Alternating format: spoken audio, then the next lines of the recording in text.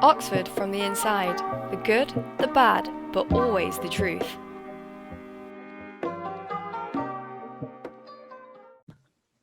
Hey guys, welcome to Oxford from the Inside, the good, the bad, but always the truth. Today we're joined with Jacob and Hizkia. Would you like to introduce yourselves? Yeah, hi. My name's Jacob. I'm a third year mathematician at Trinity College. Yeah, hi, I'm Hizkia. I'm a fourth year engineering student at St. Hugh's College. Nice. And today we're going to be talking about, going to be doing a society spotlight. And today's society is Oxford Strategy Group Digital. So to start it off, what is Oxford Strategy Group Digital? If you want to start us off, Hizkia. Yeah, I'll take this, sure. So, first of all, thank you very much, Sam, for the interview and podcast, I would say. It's like Oxford Strategy Group Digital is a student-led digital consultancy society. We deliver data-driven solutions for real-world clients from international background, and the key thing is that our projects use data science, data analytics, machine learning, and AI. Interesting. Just out of curiosity, what is it about the society that brings in like external clients to come to work with students? Like why, from my point of view, that seems quite bizarre. So yeah, what is it? What is attractive about the society that brings in clients? Yeah, for sure. So, if you don't mind me taking that again. Yeah, of course. It is not so much about what we have as what we strive to achieve as a society. We want to make sure that we enable our consultants by providing them a platform to have a practical hands-on learning to doing projects, data science projects. And so, we, over the years, ever since 2017, when OSGD Digital was founded, we gathered a group of people who are interested in data science, who are interested in, the use of technology to solve problems, real world problems across many different industries. At the start, we cold called, companies, asking them if they have any projects for us, and if there's anything we can work on. And of course, over the years we've grown, and I think now we're in a good place, to offer our members a good platform for learning. Nice. And so when you described society, you named a few, I don't know how to describe, like problem solving skills that are required in the society. I just wanted to ask Jacob if you could talk about what prerequisites would you need, what prerequisite skills would you need going into the society, and what skills can you develop and learn within the society? Yeah, so you can join the society at two levels. So I personally joined as an associate, and to join as an associate, you don't need that much like technical prerequisites. We just ask for a little bit of Python familiarity so you can hit the ground running.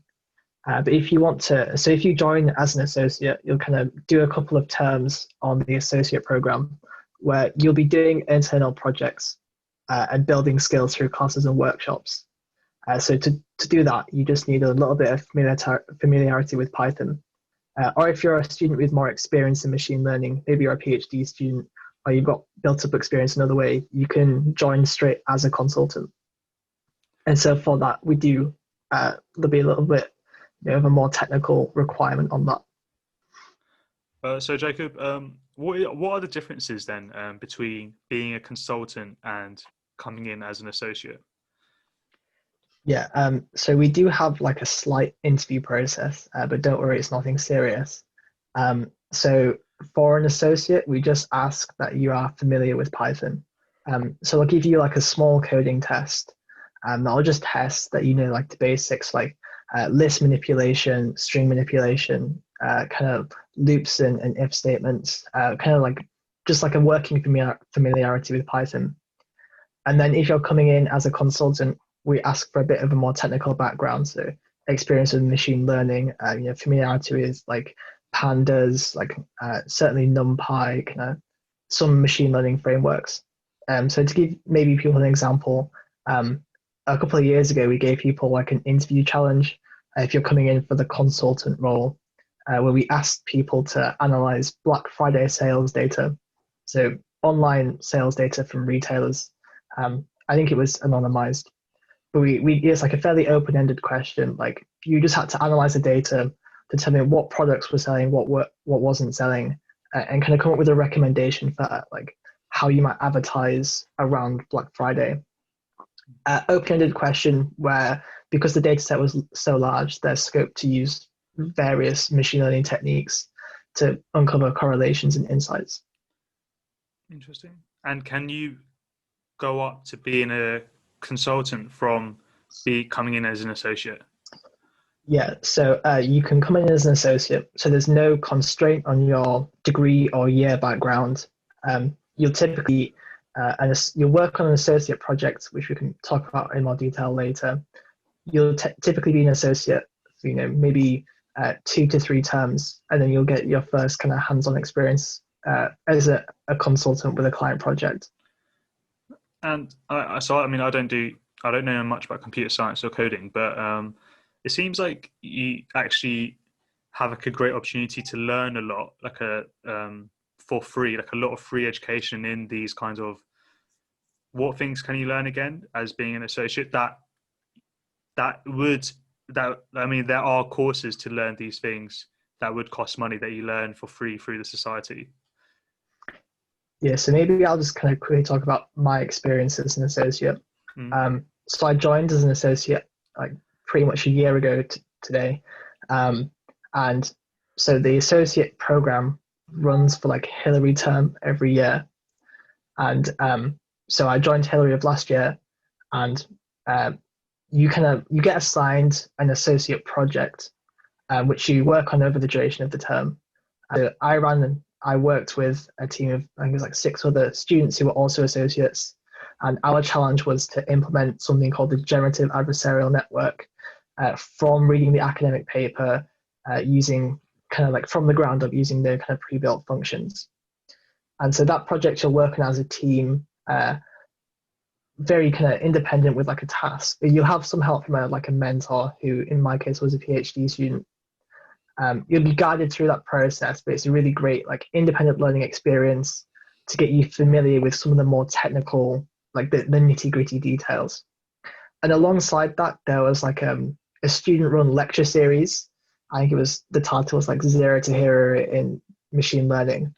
And that was like 2-hour workshops every week or every 2 weeks, if I remember correctly. And there was like a short presentation at the start that would introduce you to a machine learning framework. So it might be like, you'd start off with like neural networks, progress to convolutional neural networks, like LSTMs, various different architectures. And then as a group, you'd work through like a Google Colab notebook that would give you an example of how you implement this, how you train this. And then that was to really just give you the exposure to like various different things that you can use in like different machine learning architectures. And then the project would be you getting to grips with one specific kind of machine learning framework from the ground up. Wow, that sounds pretty. I guess if I can add up to that, so basically like, to answer your question, the gist of it is great that we are actually, as a member of OSGD Digital, you do get that free learning. It is not going to be introduction to Python. As we said, we do expect some sort of knowledge on Python. What we are teaching is sort of more of how you transform your programming knowledge, your programming interest, to actually solving problems that are that are apparent in real life. So, for example, using machine learning to do image recognition. We teach you all that, how to actually use machine learning with Python to do image recognition. In my case, as with Jacob, I did an associate project as well where I was doing machine learning on audio recognition.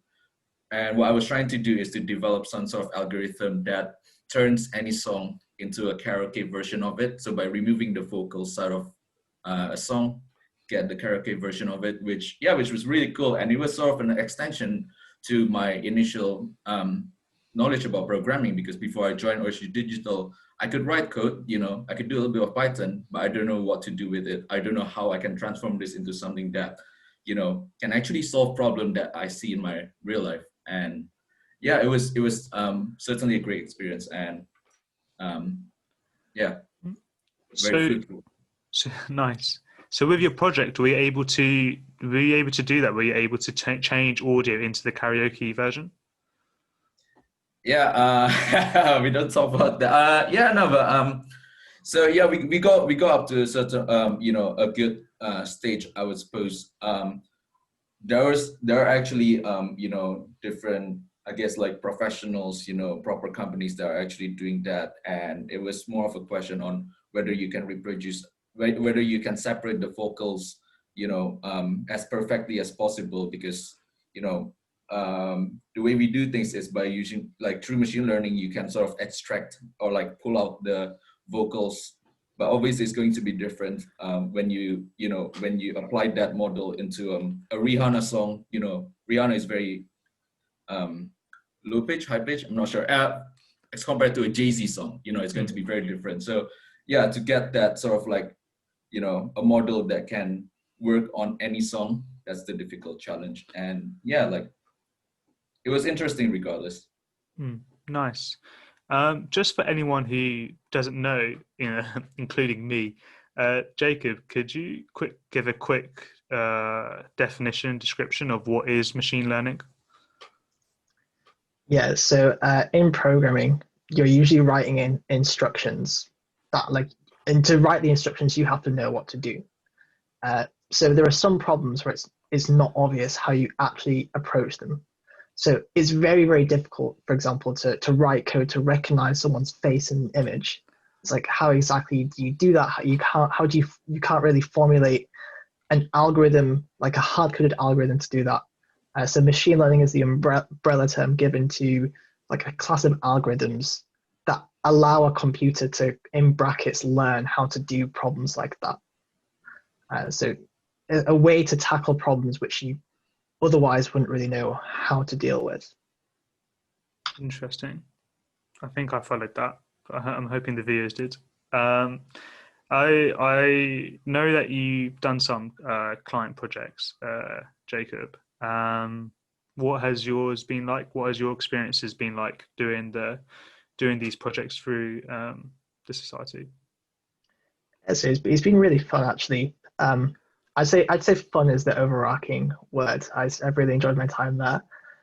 So I've worked on 2 client projects. So the first one I did was for a data extraction company.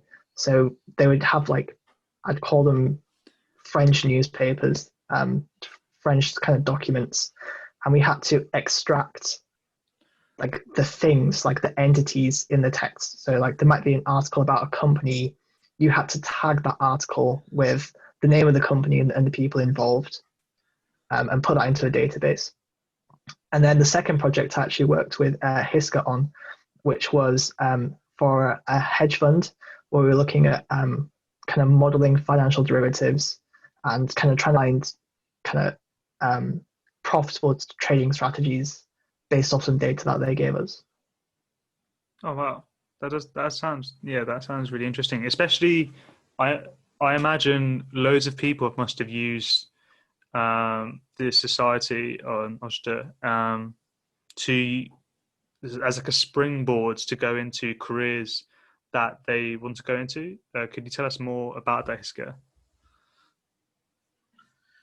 Yeah, certainly, for sure. So, there's a lot of, people can, join us as an associate, people can join us as a consultant. The major perk of, getting promoted or becoming a consultant with us is that you actually get to, to have this exposure to working on real projects. And a lot of these projects require you to not just know machine learning, but to, solve problems starting from a very fake, project sort of specification a lot of clients come to us with with a certain question. For example, they want to know what's the optimal go-to-market strategy, but not necessarily know how to do it. They don't have a concrete way of implementing, way of coming up to that answer, a decision. But they do have data, and what we're supposed to do is get an insight from that data somehow, to come up with a decision. And I think one of the most important aspects that you get, one of the most important takeaways that you get from doing an external project is coming up with your own project roadmap within your team, turning your project goal into a concrete, well-defined steps, which is not just applicable to data science, building data-driven solutions, but if you want to go to management consultancy, if you want to be a project manager, you want to be a team leader, those are absolutely essential skills that you can gain from working with us. Wow, nice. Oh yeah, I've done quite a few societies myself, and none of them have been, I know, could be so useful and so useful for future careers. Like this one sounds like, especially if you're into coding, or want to go into coding, or want to learn how to coding, and you have no experience besides a bit of Python. I was just, before we finish off, Hizkia, I want to ask, what has your experiences been with OSGD from beginning to where you are now? Yeah, for sure. So I've actually, in terms of the number of projects that I've done less than Jacob. But the one project, I had the pleasure of becoming the project leader. So as I said, one of the most important takeaway for me was to develop the project in such a way that it started off as just, a goal that was given by our client to come to study the financial derivatives market, and then find a way to benefit or to gain profits of it, to building a step-by-step roadmap into how are we going to solve this problem. And it's been very exciting, and I've also had the pleasure of becoming the partnership manager. So that's regards to being in the management team of the society, where my role is to find more clients, to look for clients, and personally, what I envision for this society is to, like you said, make the society a springboard for all of our members, for them to discover their passion, develop their skills, and just network with people with common interests. So, yeah.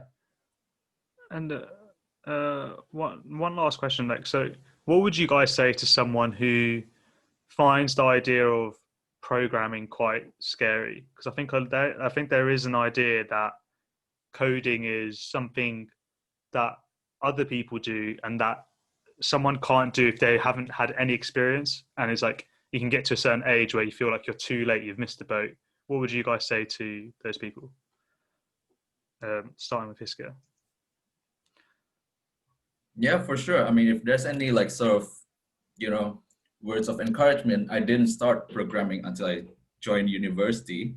1 year on, since I started programming, I developed passion in it, and I joined OSGD Digital as an associate. So yeah, it's I never saw it as a daunting sort of field to explore. It's more of if you like solving puzzles, and I'm sure everyone likes a riddle, like solving riddles sometime, and yeah, programming is literally just that, and I think personally, it's the most fun, sort of thing you can do for your career, to solve problems, solve riddles by writing code. Well, and what would you add, Jacob, from your opinion? Yeah, I would say if you're finding it daunting, I would say you just have to get stuck in.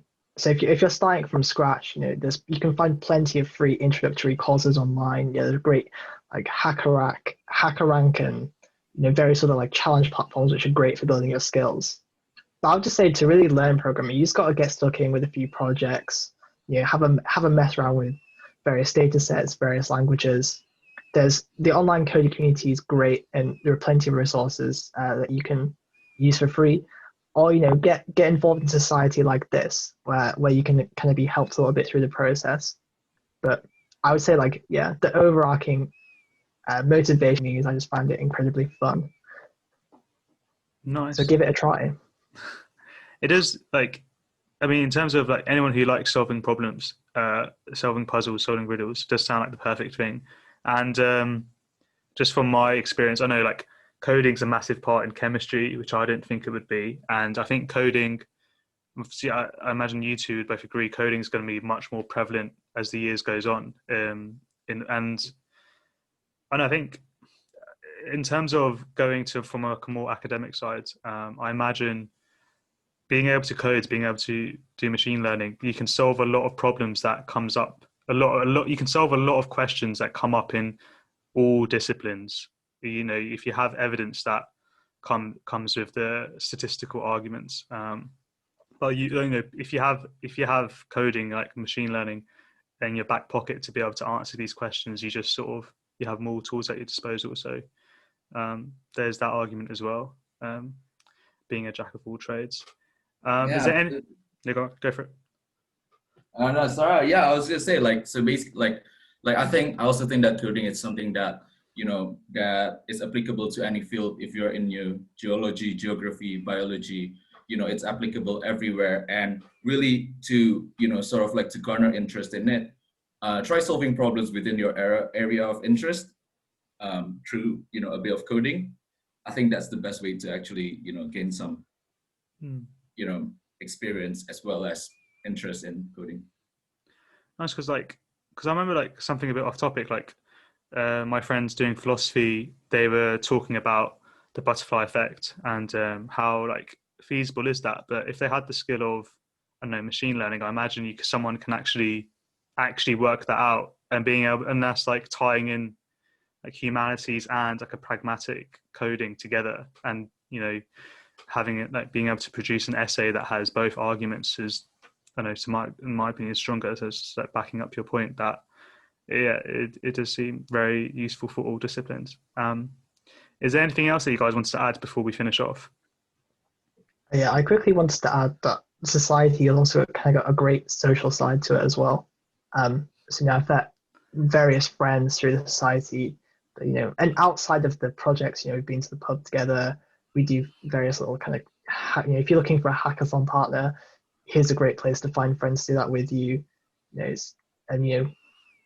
Even now, me and some friends are working on some little side projects. So this is a great place to meet people as well who are also interested in coding. Nice, that's good to hear. Well, that's all that we've got time for today. Thanks, Hizkia. Thanks, Jacob, for such an interesting conversation. I might have a little look at the OSGD website now, actually, now thinking about it. But thanks for the viewers for watching, whether it's on YouTube or your podcasting platforms. And we'll see you guys next time.